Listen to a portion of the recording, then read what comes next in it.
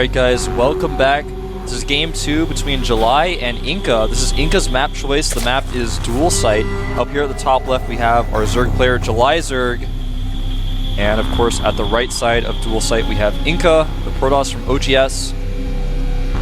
Now, I wanted to mention, again, I always like to mention this when I'm casting, especially when I'm casting alone, that Twitter is a valuable tool. You can use it to find out about all sorts of things. Follow GOMTV on Twitter to get updates on when things will be cast, oftentimes who they'll be cast by, things like the predictions page you can check out. So follow GOMTV on Twitter, do that. Extractor Chick by July, and of course follow me at Proxy Wolf. Now, InCa has shown a lot of problems with this particular matchup. It's been seen time and time again, this is definitely not his best matchup. Some may even argue it's his worst, considering that his PvP was, at a time, unbeatable.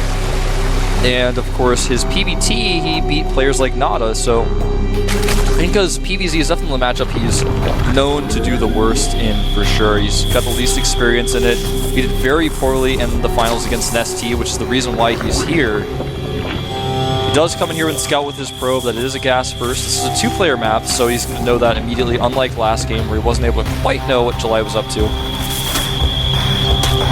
Probe being very annoying. I like this. Gets away before he loses any of his real hit points. Oh, now he's going to lose a few of them, though. And it looks like we're going to see a Nexus first as the probe does get out. And with the rush distance on this map, it's not too short, but it's just long enough to where you can Nexus first. Against gas first, it's totally fine. But he's going to go for a late forge. Now this is a weird choice, considering that it's going to delay his Nexus, and his cannon isn't necessarily going to be up fast enough to want to deal with the lings like he originally planned. He's going to want to buy time with that probe, of course. A safer choice by InCa, but he squeezed out a lot of extra probes. He may even, yeah, he's going to go ahead and make a second pylon here, playing this a little bit bold. He's going to have enough for that cannon. When the forge finishes, it's going to all depend on how many Zerglings July makes. July not scouting his opponent's build just yet. He's just getting a glimpse of this Overlord now. Is going to actually send those Zerglings across. We only made 4, so InCa's going to be totally fine. His timing on the gateway is actually pretty good as well. He's got that cannon in a nice, snug little position. The probe going to run away here, not going to wall off there. He's already spent a lot of resources on the cannon and the gateway. Doesn't want to spend any more on that pylon, especially considering since he has that extra pylon up, he can continue probe production. I like that choice. Blocking that off with the pylon when the Zerglings are already out is a silly choice anyways. I'm surprised Protosses are still doing that. July has actually pulled drones out of the gas at 100 again. His metabolic boost research is about 3/4 of the way done. InCa taking his double gases now. A little bit earlier than his cybernetics core starts. And we saw there a little bit of a gap with that gateway, so it might not be the snuggest wall off. You may want to fix that. Cybernetics core going in the back. Queen went down the ramp there for just a moment. There's the core in the back. I think the wall's not quite snug. There's a little position between the cannon and the pylon where a Zealot, for example, or probe, or a Zergling could walk through. I'm sure he's got something planned for that. He's going to put his Zealot there to wall off the other side. In the meantime, you can see he's rallying his probes over. Scantipedes hanging out together with an Overlord. Now July is taking a second gas here and putting the drones back in the gas. A lot of different options here for July. It could be some sort of Baneling aggression. It could very well be also fast 2-base Spire, so it's hard to say exactly what he's got planned right now. He's completely droning up right now. I think it's definitely going to be, yeah, there's the fast lair, 5.5 minute lair. This is something a lot of players have been doing recently. In fact, I just recently did a show with Desro versus Golden. It was a show match, and Golden was doing this very fast 5.5 minute lair into immediately after that a fast Spire. Showing some really interesting micro with that as well. So I think July may have something similar planned here.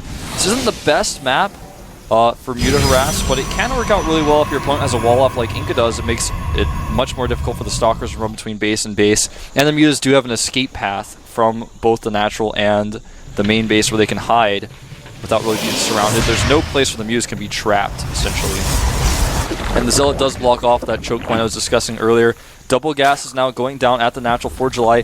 He may have something else in mind. It may be some sort of Hydralisk push, which is entirely possible, and I wouldn't put it past July to do that, but I think we're going to see a Spire here. Look at that, just enough resources to make the Spire as the lair finishes, and there it is. But it is going to be a Hydralisk stand. Like I said, I would not put it past July Zerg to do something like this.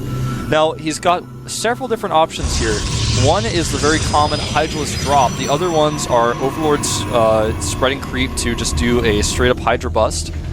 And the final option is something that I saw Golden do just earlier this week, which is to fake a Hydra push and then switch into Mutas off of 2 base, which is pretty hard to do. It's pretty risky, but it did work for Golden quite well.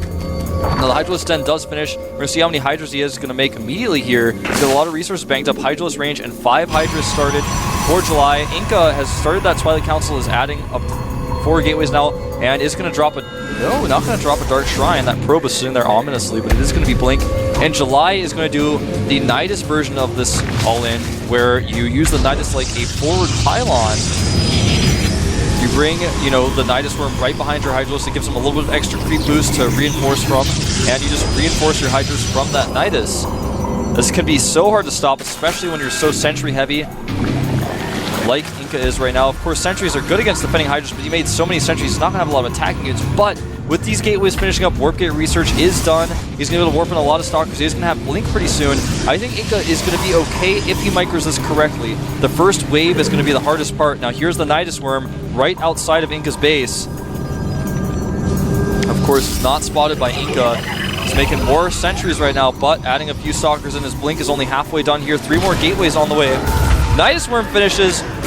Here comes the first group of Hydras, and actually InCa's tricked here. He's actually sending some of his units back into his main base. Remember, Hydralisk range is done. He's actually going for the Forge first, which is going to mean no more cans, and of course we'll stop that +2. The Nexus under fire as well. This is a really good build for this map, especially against the type of wall-off that InCa has chosen here. It's very difficult. The wall-off actually works against InCa in some ways. Now the Hydras are already on a better concave. Guardian Shield is up. There's so many Hydras here. Force Field's going down. They do trap a small group of Hydras, but now the Hydras doing a ton of DPS behind those Force Fields, damaging the Sentries. Zergling's unable to participate in the fight, however, and it looks like InCa may have enough to hold here.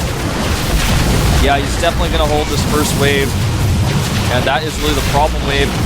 Will July rally anything else out? Looks like he is deciding to send a few Hydras out. Blink is done, though. July making a huge mistake rallying these Hydras out. No Stalkers lost here. Even a Queen and a Drone coming out. I know he wanted to do something more with that, but it didn't quite happen. Now he's actually just sending his Stalkers to the slaughter. This is something you would never want to do. July super all-in at this point, and InCa just holding it off like a boss. Takes out the Nidus Worm. And look at that, even a few more units still in that Nidus. He's actually making 12 Zerglings behind this. The Forge is being remade. July, what's he going to do? Try to Nidus into the back of the main. Now he has an Overlord at the position at the top right to Nidus. And there it is. Well, there's a pylon on the spot for this, and InCa should be able to deal with this very quickly. Will he notice, though? Yep, bring in probes. That should be enough.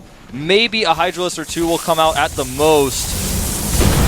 And nothing comes out. Meanwhile, at the natural, Stalkers engaging, they blink back. There's just way too many units. The Hydralisks are back to defense since they did not come out of the worm, but GG. InCa takes game 2 in a very quick defensive fashion. July going way on with that push. I feel if July waited a little bit longer, if he had that second wave of Hydralisk with his first push, he would have crushed InCa. InCa would have had no chances. Blink would have been done, but the wall would have worked against him. The Hydras just do so much DPS. But instead, he went for the earlier attack. InCa had a really nice timing on his Blink that was for an attack for later, but ended up being able to defend against July's attack really well. And then when July sent the second wave of Hydras, and he had a point where he was almost even to work because he lost a lot of units. He was behind for sure, but he could have tried to transition, but instead he sent his Stalkers, or the Hydras out one by one to die to the Stalkers, and InCa didn't even target down the Nidus, so he was just going to be okay with that.